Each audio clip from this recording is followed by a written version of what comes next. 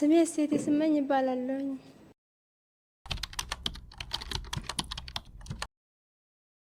ባጋር ማለት ነው።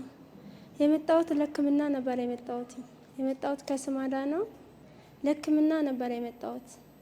ለሕክምና ሪፈር ተጥፎልኝ ይዤ ስመጣ ፈለገ ሕይወት ወሰድኩት ልጄን ማለት ነው። ፈለገ ሕይወት ስወስደው አቅሜም አልፈቀደም። የጠየቁ ነርቭ ነው አሉ።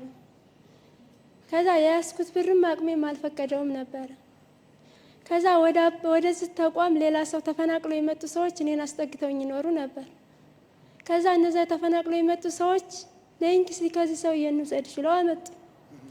ሰድ መስከረም ላይ መጣሁኝ። አባ የሉም ነበር። ሰላም በስልክ ደውላ እንደዚህ ነው ብላ ስትነግራቸው አስተናገዱ።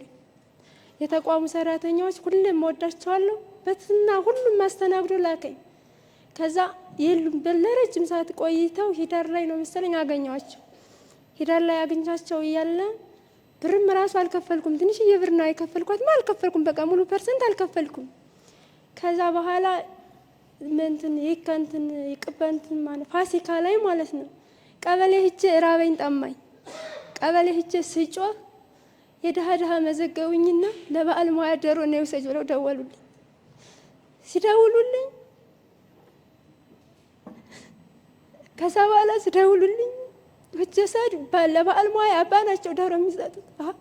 አባ መድኃኒት ብቻ መስሎኝ ለካ ድሃም የተራበንም ያበላሉ ያጠጣሉ እንደ ብዬ ውስጤን በቃ ተሰማኝ። ከዛ በኋላ ማክሰኞ ቀን የፋሲካ ማክሰኞ ቀን ስሄድ እንደ መልእክታን በር ላይ ቁጭ ብለው አገኘኋቸው። ጥበቃ በር ላይ ማለት ነው። አባ እኔ ደግሞ ሕክምና መስሎኛል የሚያስተናግዱት ለካ ለተራበም ያበላሉ ያጠጣሉ እንደ ብዬ ጎንበስ ብዬ ሰግቼ አይ መጀመሪያ ራስሽን ጠብቂ እስቲ መጀመሪያ በወረቀት ጥፈሽ ያሳብሽን ንገሪ፣ አረጋጊ፣ ተረጋጊ። ልጁን ለማሳከም ሳይሆን ራስሽን መንገድ ላይ ወደቅሽ፣ እስቲ መጀመሪያ ተረጋጊ አሉ። ተጠቅቼ ያለውባቸው ሰዎች ተፈናቃይ ናቸው። እንኳን እኔን ሊያበሉ ሊያጠጡኝ ቀርቶ ለራሳቸው እርዳታ ይፈልጋሉ። ከዛ ከፋሲካ ሰዓት ጀምረው የቤት ኪራይ ይከፍሉልኛል። ቀለቤን አስበው በእነሱ በቃ ሙሉ ምንም ነገር የለኝም። አባ ናቸው።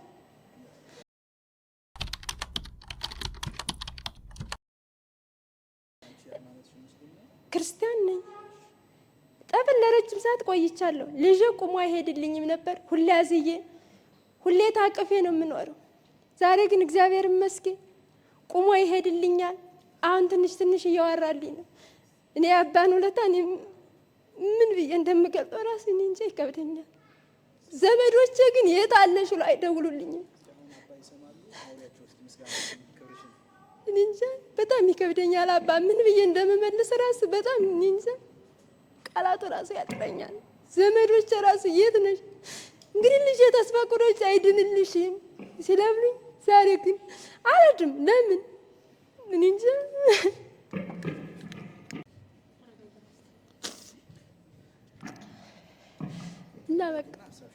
እና በቃ በጣም አመሰግናለሁ። ይበቃኛል። በጣም አመሰግናለሁ።